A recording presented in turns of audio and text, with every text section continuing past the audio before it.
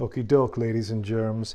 Welcome back to the Hoplite channel. I hope you had a happy Halloween. But the scares are just getting started, and we're going to talk about the scandal of all scandals, part 3. In this installment, Scam Bankman-Fried BTFO'd. That's right. So a couple days ago, if you've been paying attention to the news, as I have, a verdict was returned. And it found Mr. Sam Bankman-Fried, the former figurehead of the now defunct crypto exchange FTX, guilty on all counts. And in the first episode I did for this series, I talked about how this is still possibly the greatest scandal in U.S. history. And we're going to continue on that thread and see where it takes us. So before we start, though, let's run down the timeline to get from A to B and see where we could possibly go with C. FTX, estimated value pre-2022 was $32 billion, right? Today, who knows what its value is at. It's definitely not $32 billion. It's not even $1 billion. I don't know how this company still exists. If it does, I believe it still does somehow. But yeah, it's more or less defunct. I don't know who in the right mind would ever see these 3 letters and invest any portion of money into it. But I've been wrong before. So just people are people, and they might just give FTX a second chance. But anyway, we found out that after the U.S. midterm elections, which were on first week of November, this is the first week of November 2023, right? So we're literally a year later. The U.S. midterms were held.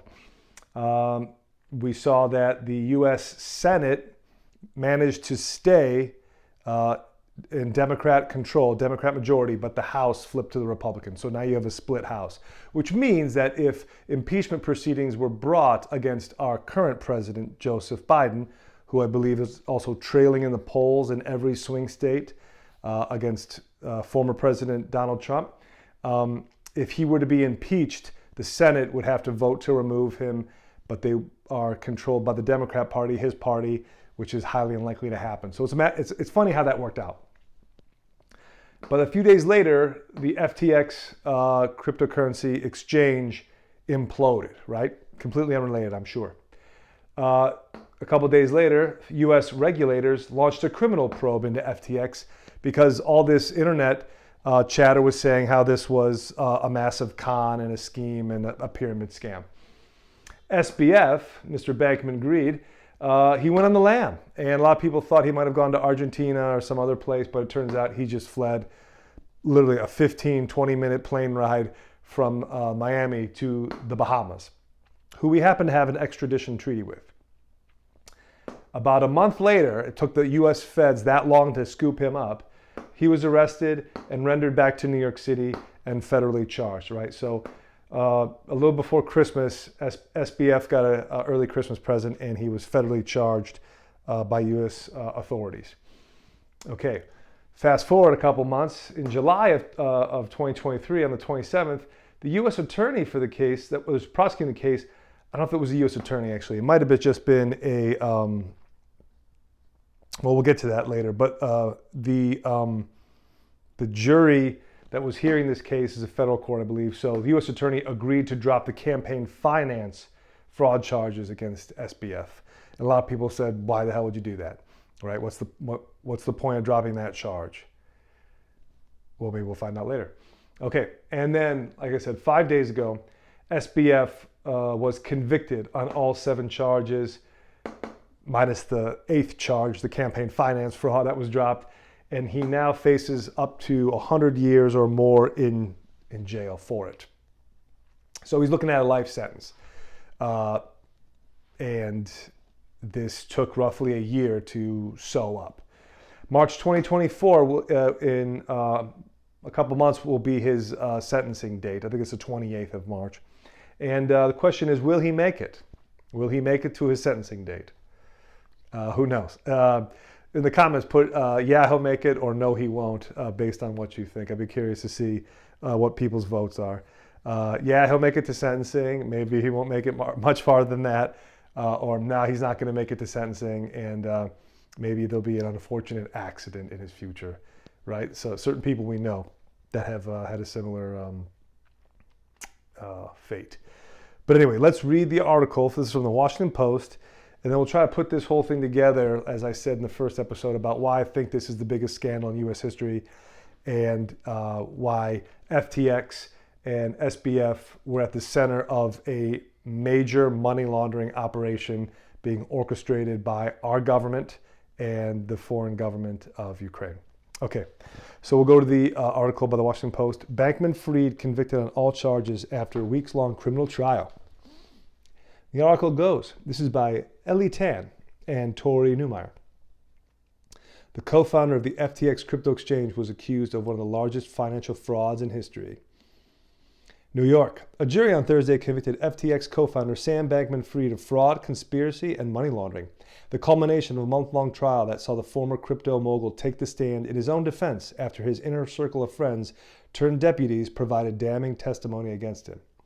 The decision was reached after less than 5 hours of deliberation by a jury of 9 women and 3 men. Whoa, how progressive. Who found Bankman-Fried guilty on all charges, 2 counts of wire fraud, 4 counts of conspiracy to commit fraud, and 1 count of conspiracy to commit money laundering. He could be sentenced to decades in prison. Sentencing is scheduled for March 28th. Bankman-Fried's lawyer suggests his client will appeal the conviction. We respect the jury's decision, but we're very disappointed with the result, defense attorney Mark Cohen said in a statement. Mr. Bankman-Fried maintains his innocence and will continue to vigorously fight the charges against him. Bankman-Fried is accused of being one of the largest financial fraudsters in history, whose victims suffered nearly $10 billion in losses after FTX misappropriated customer funds to spend lavishly on luxury real estate investments and quote-unquote dark money political donations. You don't say. All at his direction, the jury found. The cryptocurrency industry might be new.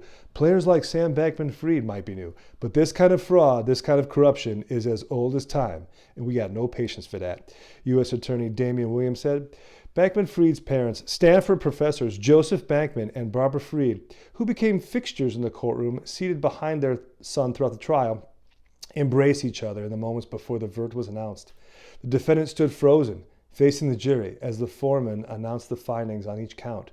Fried appeared to hold back tears, then plugged her ears with her fingers as U.S. District Judge Lewis Kaplan commended the jurors for their work. Yes, good job on that 5 hours of work, you guys. Before leaving the courtroom, Bankman-Fried turned and gave his parents a single nod and a soft smile. Oh, that's so sad. In the 5 weeks, the trial played out on the top floor of the Daniel Patrick Moynihan U.S. Courthouse in Manhattan. The jury heard from the Bankman-Fried's former romantic partner and former CEO of hedge fund Alameda Research, Caroline Ellison, former FTX executives Nishad Singh and Gary Huang, and Bankman-Fried's college roommate Adam Yedidia. It's an interesting last name, Adam. They offered consistent accounts backed by documentary evidence implicating Bankman-Fried as the mastermind of a sweeping scheme to steal customer funds and lie to investors. Okay, so right. If you think you've got a lot of friends, you should count them. And if you need more than one hand, well, you should probably count again. And Mr. Bankman-Fried found that out too. So yeah, they rolled on him. His parents, Stanford professors, by the way, very reputable people. His mom plugged his ears. His dad, held his head in shame. And then Sammy Boy just turned and smiled and said, well, hey, that's the breaks, right? Looking at 100 years now. So yeah, they've convicted him on all these charges, 7 charges in total. Lots of conspiracy, right? It's like, what's the conspiracy? Either he did it or he didn't do it. And the money laundering, well, yeah, we kind of know that was part of the game, but they mentioned dark money for political donations. And that's the most interesting part, right? Is we saw on the 27th that the campaign donation or the campaign finance fraud, which would have been campaign donations, that charge was dropped. Now let's go back to the 27th of July of this year and read that article again, just as a refresher. This is U.S. News. Campaign finance charge dropped from case against Sam Bankman-Fried. Prosecutors have withdrawn a campaign finance charge from 8 counts among charges FTX founder Sam Bankman-Fried will face at an October trial. New York. FTX founder Sam Bankman-Fried will no longer face a campaign finance charge at an October criminal trial, federal prosecutors say, citing a decision by Bahamian authorities to reject a count in the indictment that was not listed on the warrant against him when he was extradited to the U.S. in December. Prosecutors told U.S. District Judge Lewis Kaplan, you remember him, in a letter that the government in the Bahamas notified it on Wednesday that authorities there did not consider the charge to be included in Bankman-Fried's extradition.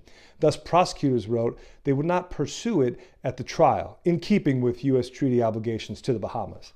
Yeah, and I think I mentioned this in the second episode of this, is like, well, you know, we have a treaty with the Bahamas, and they're a serious player on the world stage. And if we don't honor the treaty with them and got Sam Bankman-Fried extradited, on basically their good graces, we have to drop the campaign finance charge because we forgot to include it in the whole handover thing. So yeah, we should probably drop that charge.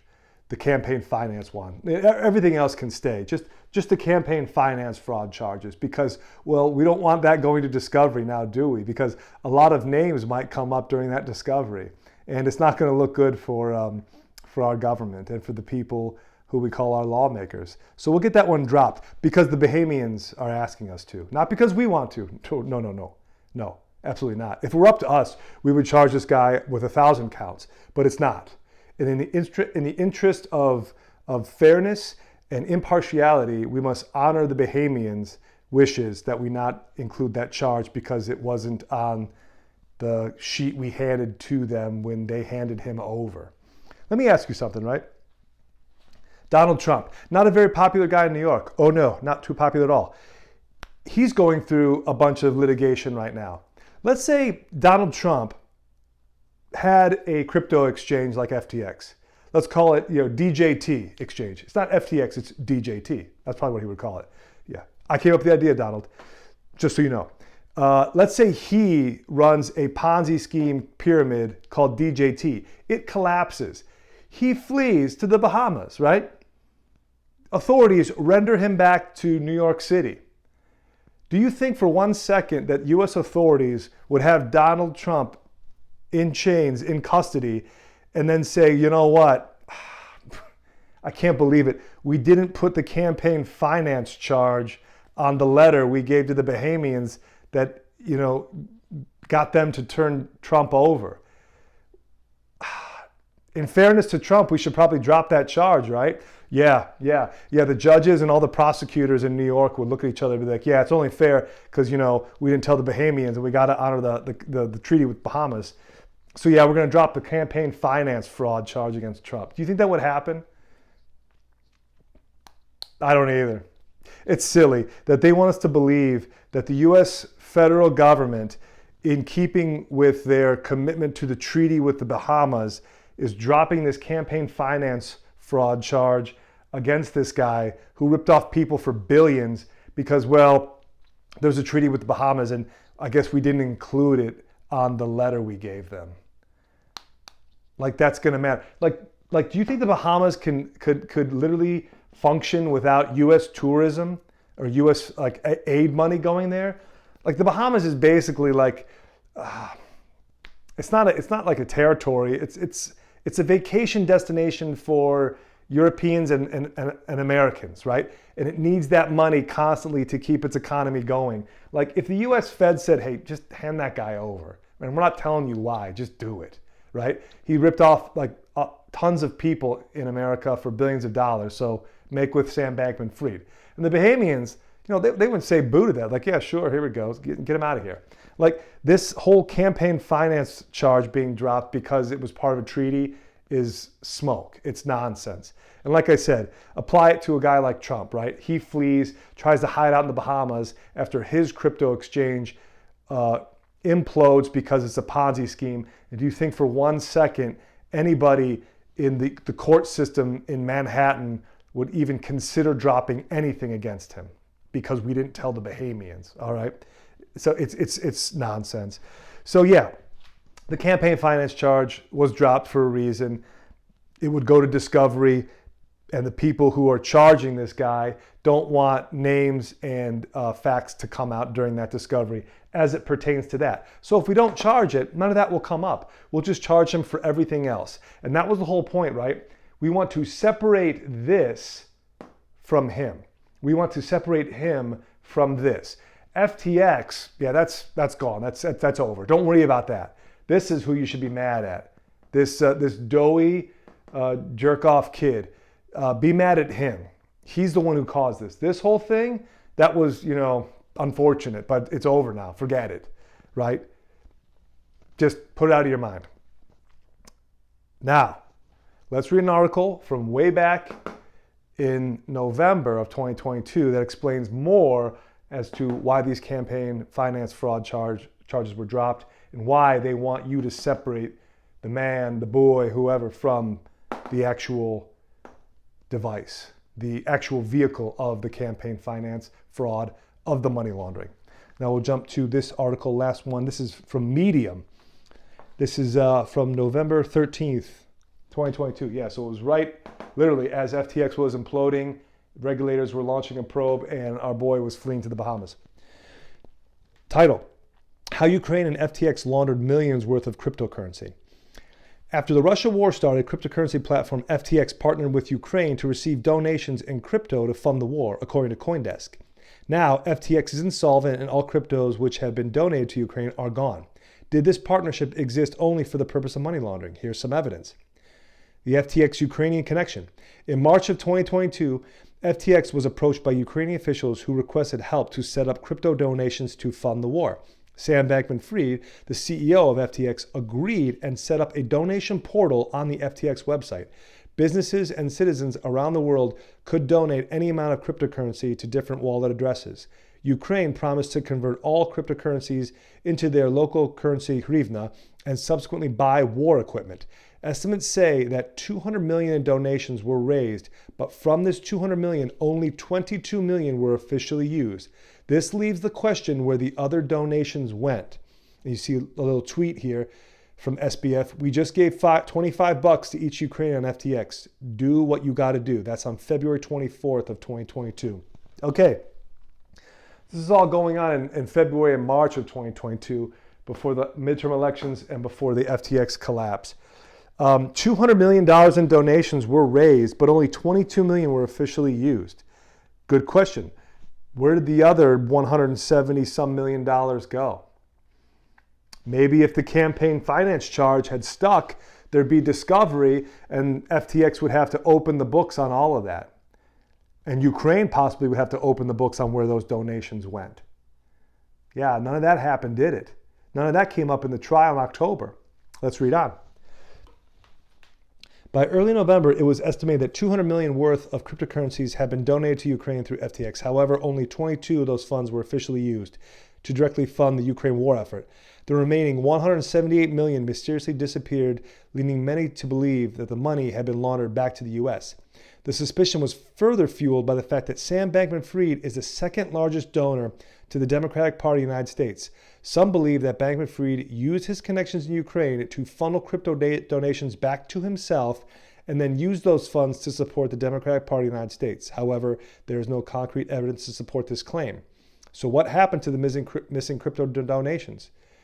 The fate of the missing crypto donations remains a mystery. There is no concrete evidence of where those funds went or who they ended up benefiting. However, given the circumstances, FTX's insolvency, SBF's close ties to Ukraine, and the large amount of money involved, it's not unreasonable to suspect those funds may have been laundered back to the U.S. through illegal means. Only time will tell if we ever learn the truth and what happened to those missing crypto donations. Right.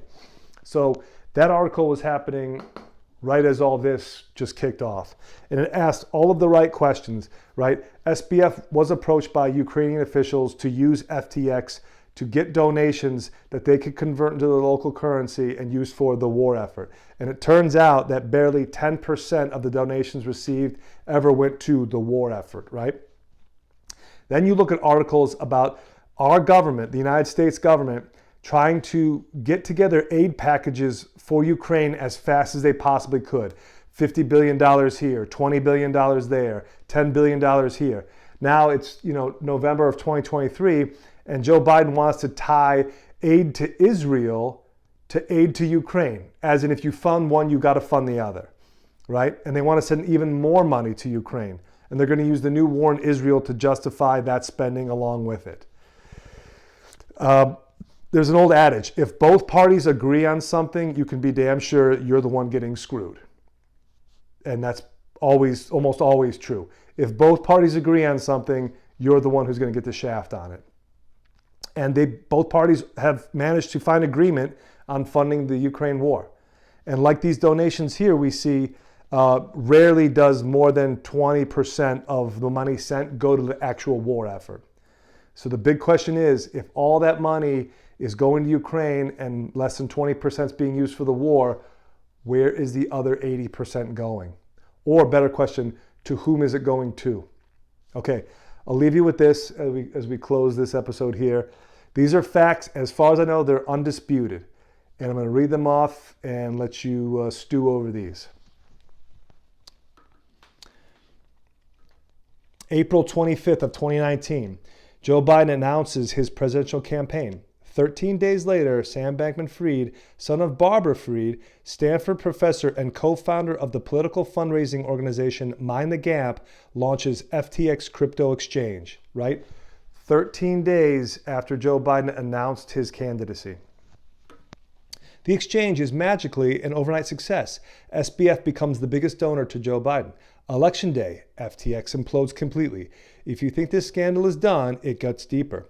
Gabe Bankman-Fried, brother to Sam Bankman-Fried, a former Jane Street trader, is founder of quote-unquote Guarding Against Pandemics.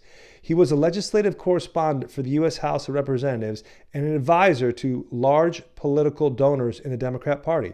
The family, Aunt Linda Fried, is a World Economic Forum member on the Global Agenda Council on Aging. Sounds like fun. The father, Joseph Bankman, is a Stanford professor who has lobbied on behalf of hedge fund managers before Congress. Film records exist of this. FTX's head of ventures and commercial at FTX Ventures, Amy Wu, started with the Clinton Foundation years ago. Nishad Singh, you remember his name from the first article, FTX Director of Engineering, has spent over $8 million for Dem candidates. And finally, Obama's Commodity Futures Trading Commissioner, Mark Wetjen, was literally the head of FTX policy and regulation. Reports were the organization wanted to spend over $1 billion on the Democrat Party for the upcoming 2024 election year. Okay, those are all facts. As far as I know, they are not undisputed. And the question still remains, SBF was dirty. We know that. SBF got charged. FTX collapsed. SBF just got convicted on all 7 charges brought against him and is looking at a century or more in prison. But we've forgotten about FTX, right? Where did all the money go that FTX was moving through its exchange? If it went to Ukraine, if it went overseas, it's on a blockchain. It can be tracked. If it's on a blockchain, it can be tracked with incredible accuracy, down to the minute it was sent, to the wallet address it was sent to, and every wallet address that it was sent to thereafter. If it was laundered back to the United States, that will be traceable because it's on blockchain. If it was converted to Ukrainian hryvnia, that's a different story, okay? Then now it's just fiat cash, and the Ukrainian hryvnia, who knows what that's worth now? That might be worth half of a peso. But if it's sent through the blockchain via FTX to other wallet addresses, we at least have those chains, those blocks that can be evaluated and audited. And because the campaign finance fraud charges were dropped, that may never happen.